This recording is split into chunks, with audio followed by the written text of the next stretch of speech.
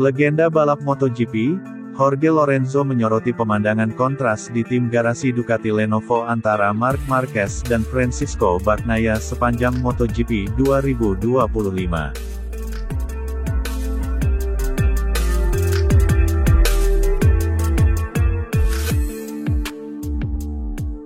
Terbaru pada MotoGP Belanda, lagi-lagi penampilan tak tergoyahkan dari Marquez saat Bagnaia masih terjebak dalam bayang-bayangnya. Walau mengalami 2 kecelakaan di hari pertama lalu gagal merebut posisi start terdepan, Marquez tetap mampu menyapu bersih kemenangan di Assen. Sesi sprint race dan balapan utama dua-duanya dimenangi oleh Marc Marquez dengan mengasapi rekan setim yang sekaligus juara bertahan MotoGP Belanda, berbanding terbalik dengan si alien Bagnaia yang dalam 3 musim terakhir perkasa di The Cathedral of Speed berakhir pilu. Bagnaia gagal meraih podium pada sprint dan cuma finish ketiga dalam balapan utama, di mana pada hari Minggu keganasan Bagnaia cuma terlihat sebentar di awal. Setelah 6 lap ia mengalami kemunduran sejak lengah di Cicane terakhir hingga disalip Marquez yang mengambil alih posisi terdepan.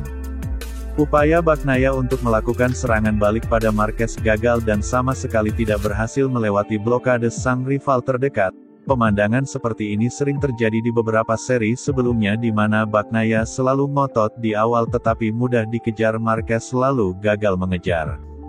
Hal itu turut jadi pengamatan Jorge Lorenzo yang pernah merasakan susahnya menjadi rekan setim Marc Marquez di Repsol Honda pada 2019 lalu. Meski Bagnaia terus menyebut masalah teknis dari GP25 Porvuera tidak menutup kemungkinan adanya pengaruh mental berdasarkan pengalamannya. Memiliki rekan setim sekaliber Marc Marquez jelas menjadi ujian yang sangat besar bagi Nuvola Rosa yang sampai sekarang tak kunjung percaya diri seperti musim lalu, dan Lorenzo menyontohkan kasusnya ketika dirinya masih aktif balapan dengan lawan-lawan yang lumayan mentereng.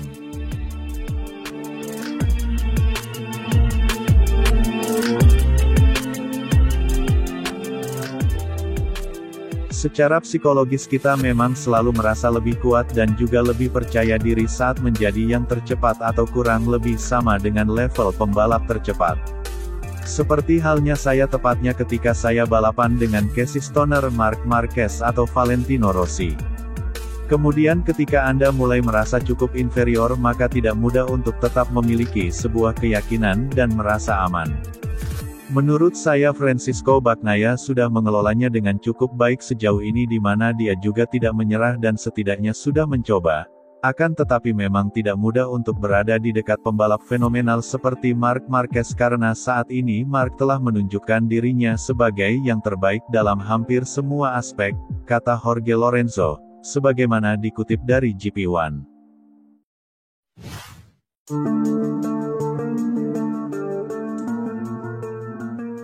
Pembalap Pertamina Enduro VR46 Racing Team, Franco Morbidelli meradang karena hukuman yang diterimanya pada balapan seri ke-10 MotoGP Belanda 2025. Franco Morbidelli harus puas finish di posisi ke-7 pada balapan MotoGP Belanda 2025, namun dia seharusnya bisa meraih hasil yang lebih baik. Pasalnya hingga sisa 5 lap dari balapan berdurasi 26 lap Morbidelli menempati posisi ke-6 tepat di depan rekan setimnya yaitu Fabio Di Giannantonio. Akan tetapi Morbidelli ketiban apes dari insiden dengan sesama pembalap tim besutan Valentino Rossi di Cicane jelang garis start atau finish pada lap ke-20. Bak buah jatuh tidak jatuh dari pohonnya, Morbidelli meniru manuver Rossi mentornya 10 tahun lalu dengan memotong tikungan zigzag itu. Alhasil sosok yang akrab disapa Frankie kehilangan waktu berharga untuk bersaing dengan Di Gia, nama panggilan Di Giannantonio. Di Gialah yang akhirnya mengambil alih posisi ke-6 dengan jarak 6 detik lebih dari sang rekan setim di akhir balapan utama MotoGP Belanda 2025 tersebut. Menurut Franco Morbidelli itu tidak adil dengan acuannya pun bukan aturan zaman Valentino Rossi melainkan apa yang diketahuinya pada saat ini, di mana pembalap akan menerima penalti lap panjang jika melanggar 3 kali untuk balapan sprint dan 5 kali untuk balapan Grand Prix. Sedangkan jika kejadiannya pada lap terakhir dan menguntungkan pembalap dalam persaingan yang dinilai sengit, hukumannya langsung turun satu posisi. Franco Morbidelli sendiri tidak terima dihukum karena dirinya memotong tikungan sebagai konsekuensi dari insiden dengan Fabio Di Giannantonio. Regulasi MotoGP sendiri mengatur bahwa seorang pembalap harus kehilangan sedetik dalam waktu lap setelah memotong tikungan pada sektor yang sama, dan kalau tidak melakukannya seperti apa yang sudah dilakukan Franco Morbidelli maka dihukum penalti lap panjang. Bagi Franco Morbidelli sendiri ini adalah kedua kalinya secara beruntun dirinya menerima hukuman dalam sebuah balapan, di mana pada MotoGP Italia 2025 Morbidelli juga mendapat penalti yang sama karena menyenggol Maverick Viñales dari tim Red Bull KTM Tech3 hingga terjatuh. Aturannya mengatakan bahwa ketika pembalap lainnya terpaksa menyentuh area hijau hanya keuntungan yang dia dapat yang diambil, namun saya mendapatkan penalti untuk pembalap yang keluar batas trek karena kesalahannya sendiri.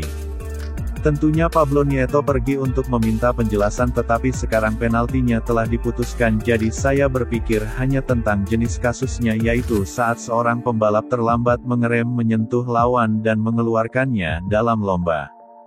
Kami juga membicarakannya dengan Simon Cravar selaku kepala steward MotoGP dan itulah kenapa saya dihukum di Mugello, untuk kasus yang sama tetapi dengan langsung saja lagi-lagi saya yang menerima penalti, jadi ini sangat menarik, kata Franco Morbidelli, sebagaimana dilansir dari GP1.